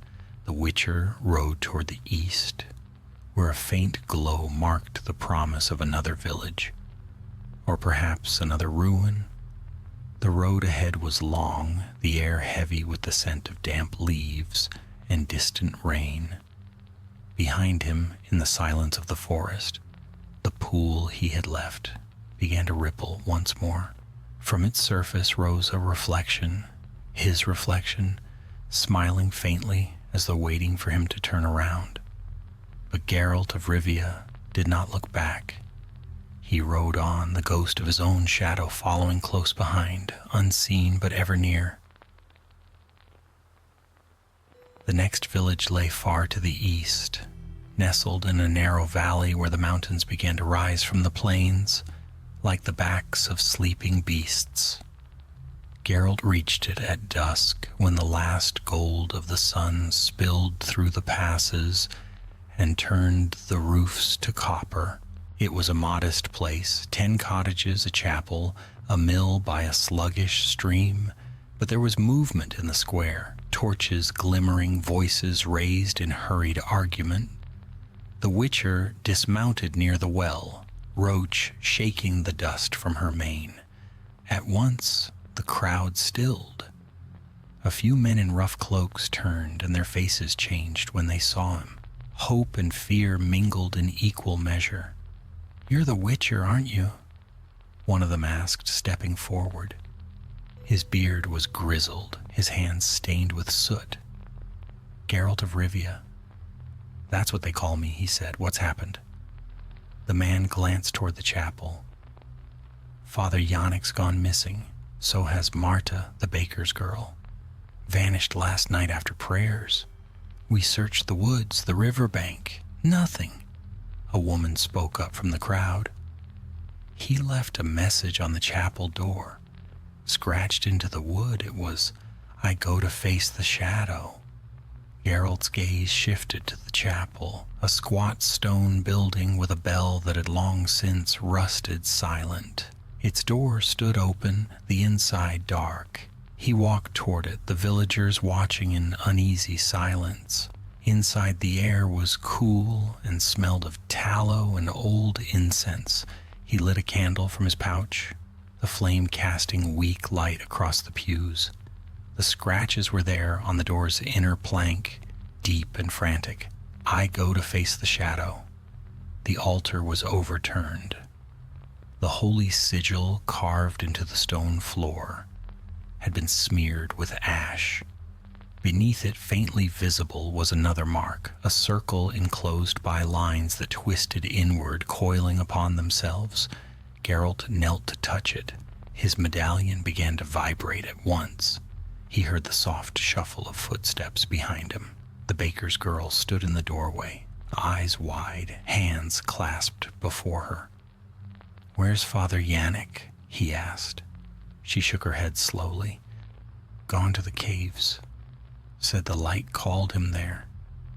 Said it wore his face." Geralt rose. "Which caves?" "The ones by the river," she whispered. "We used to fetch water from there, but now the stream runs black. No one goes close." He stepped past her, calling over his shoulder, "Stay inside. Bar the doors. If you see your own reflection where it shouldn't be, don't look twice." The girl nodded, trembling. He rode out at once, the path narrow and rough beneath Roach's hooves. The sound of running water grew louder, mingling with the whisper of wind through the pines. The caves were easy to find, black mouths yawning at the base of the cliffs, mist drifting from them like breath. Geralt dismounted and drew his silver sword. He lit a torch and descended. The air within was thick, wet, and cold. Water dripped steadily from the ceiling, echoing off stone. He followed the sound until it became rhythmic, pulsing like a heartbeat. Then he saw it, the underground stream, sluggish and dark, its surface unnaturally still. A faint glow emanated from beneath it, pale and shifting like moonlight through deep water. A figure knelt at the edge of the pool, head bowed in prayer. His robes were those of a priest. "Father Yannick," Geralt called. The man turned slowly. His face was gaunt, eyes shining silver. "Witcher," he murmured, voice hollow, "you've come too late. It's already here." Geralt's grip tightened on his sword. "Step away from the water." The priest smiled faintly. "Do you not see it? The reflection is perfect, no flaws, no deceit. It shows the truth we refuse to face." His hand brushed the water's surface, and the glow brightened until it filled the cavern. Geralt shielded his eyes. When he looked again, another figure stood opposite him across the stream, himself. The reflection stepped forward, barehanded, eyes cold and knowing. "You can't kill what you've already accepted," it said. Geralt threw the torch aside and leapt to the water, blades swinging in a deadly arc. Steel met steel. The reflection had drawn a sword identical to his own. Sparks flared.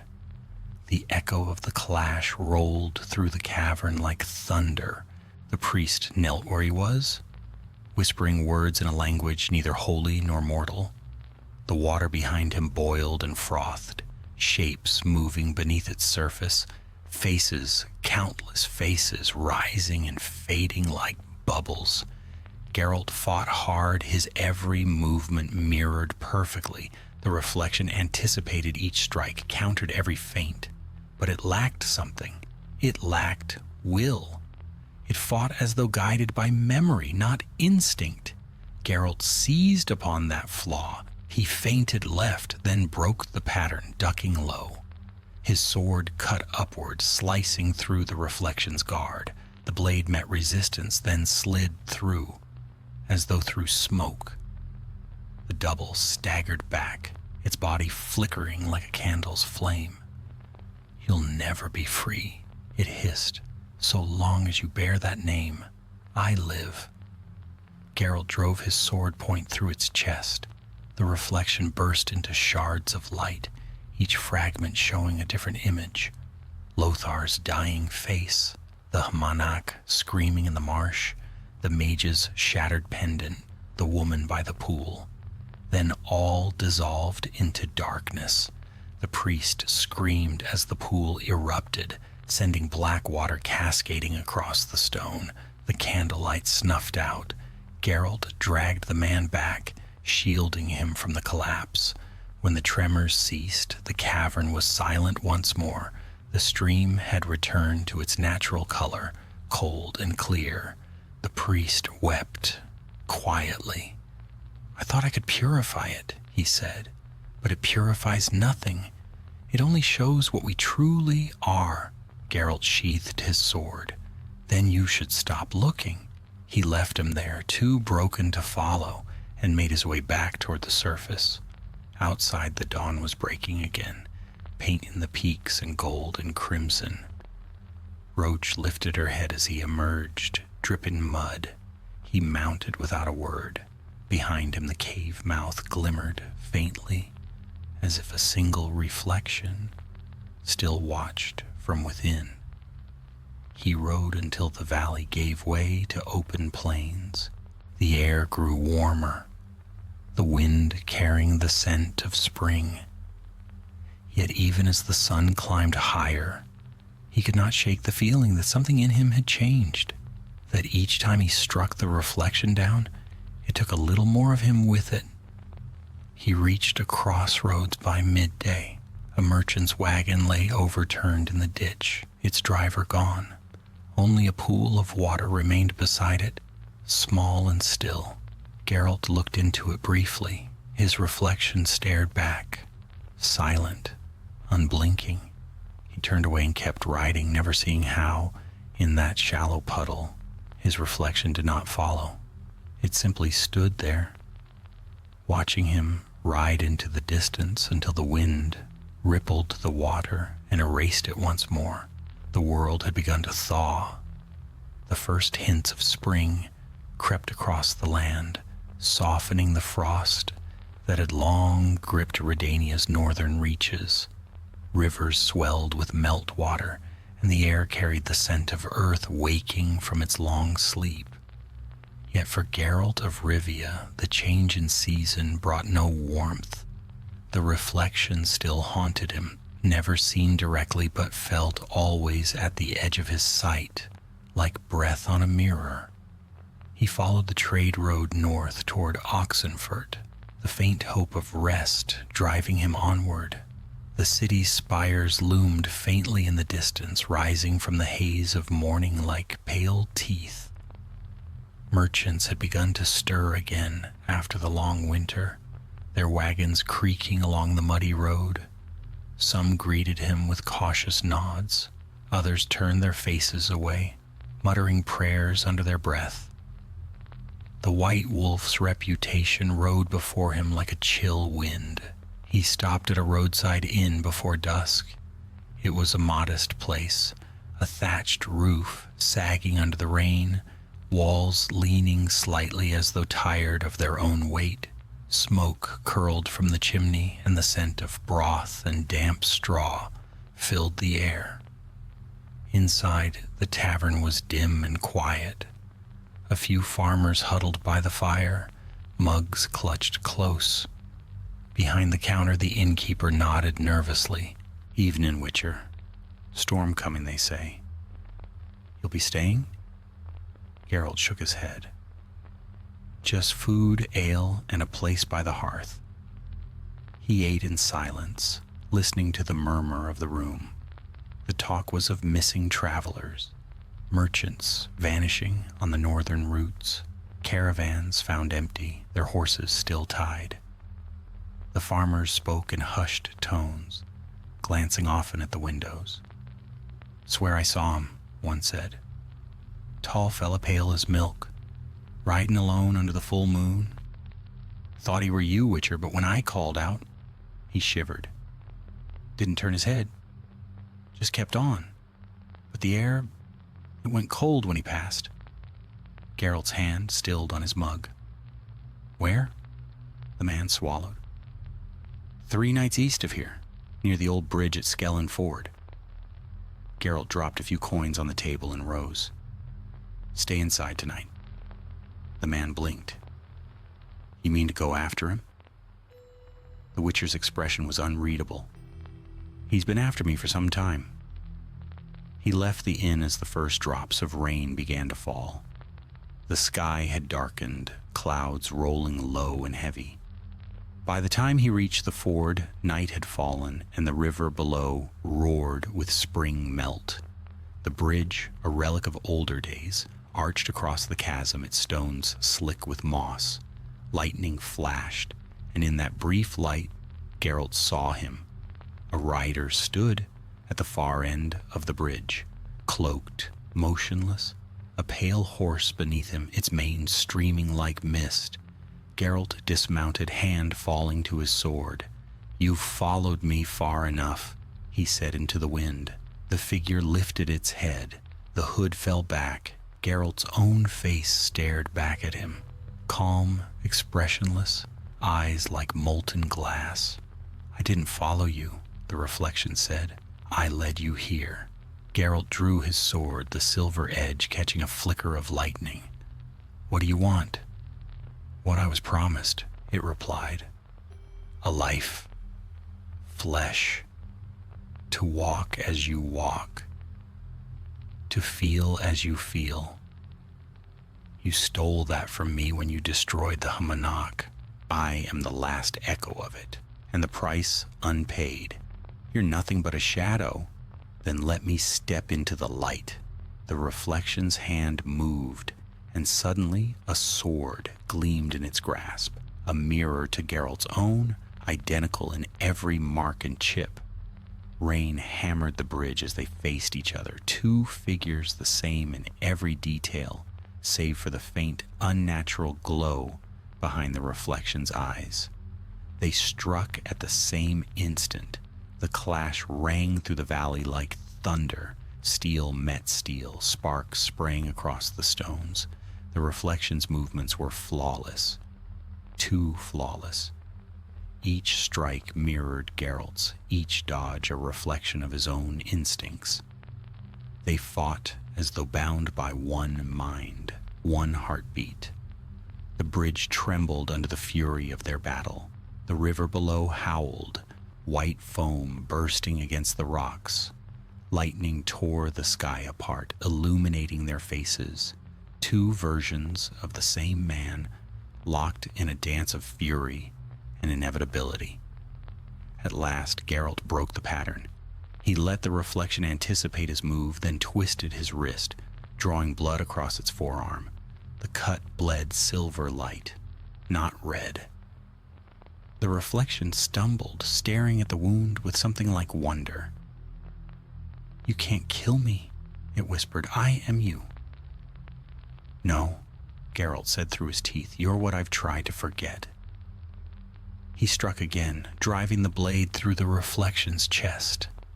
The figure gasped, not in pain, but in surprise. The light within it flickered wildly, then began to pour out through the wound, searing bright. Geralt staggered back, shielding his eyes. The reflection's body dissolved, turning to mist, then to nothing. The rain hissed where the last of the light touched it, leaving only darkness and the roar of the river below. He stood there for a long time, sword lowered, breath harsh in the rain. When at last he looked down, the river's surface mirrored him faintly in the flashes of lightning. His own face looked back, only his. No delay, no echo. He sheathed his sword. The rain eased as he crossed to the far side of the bridge. The pale horse had vanished. Only hoofprints remained, leading a few steps before stopping abruptly, as though the beast had melted into air. Geralt mounted Roach once more and turned toward the east. Dawn was beginning to creep across the horizon, faint and cold. He rode until the storm was behind him, and the first light of day touched the world. Yet even as the sun rose, he could not shake the feeling that something within him had shifted. The world seemed too still, his own breath too loud. At a bend in the road, he stopped by a puddle left by the night's rain. The water was calm, reflecting the pale sky. He looked into it. Only his face stared back. Still, for the first time in days, he did not trust it. He turned Roach away and rode on, the puddle rippling in his wake. For a moment, when the wind passed over it, the water stilled again, and the reflection smiled faintly long after the Witcher was gone. The road eastward led through high country, where the air thinned and the horizon stretched wide as the edge of the world. Geralt of Rivia rode alone for many days, speaking little, sleeping less. The snow had melted from the lower slopes, but the peaks still gleamed white beneath the sun stark against the sky. Spring had come to Redania, yet in his heart the season had not changed. There was a stillness there, a wary calm, like a wolf that has scented blood but cannot find the trail. The reflection was gone. He had seen it dissolve upon the bridge, scattered by the river's fury. Yet even now, when he passed streams or polished metal, he hesitated before looking. The Witcher trusted steel, potions, the signs, but he had long since learned that trust was a frail thing when faced with magic that could wear his own skin. He came at last to a ruined keep on the borderlands. The locals called it Hallett's Watch, though none could recall who Hallett had been. It stood above a winding gorge, its walls crumbled by years of frost and neglect. Smoke curled faintly from within the courtyard. Geralt dismounted and approached with quiet steps. A man waited there by the fire, a thin, sharp-faced scholar in a weather-stained cloak. His hands trembled as he warmed them over the embers. "Witcher," he said without turning, "I knew you would come." Geralt frowned. "You've got me at a disadvantage." The scholar faced him, and the Witcher recognized him then. Not fully, but enough. He'd seen that face once before in the company of mages and alchemists in Oxenfurt, long ago. "I am Istred's apprentice," the man said, "or was. Word reached us of what you did in Dresham, and again at the tower.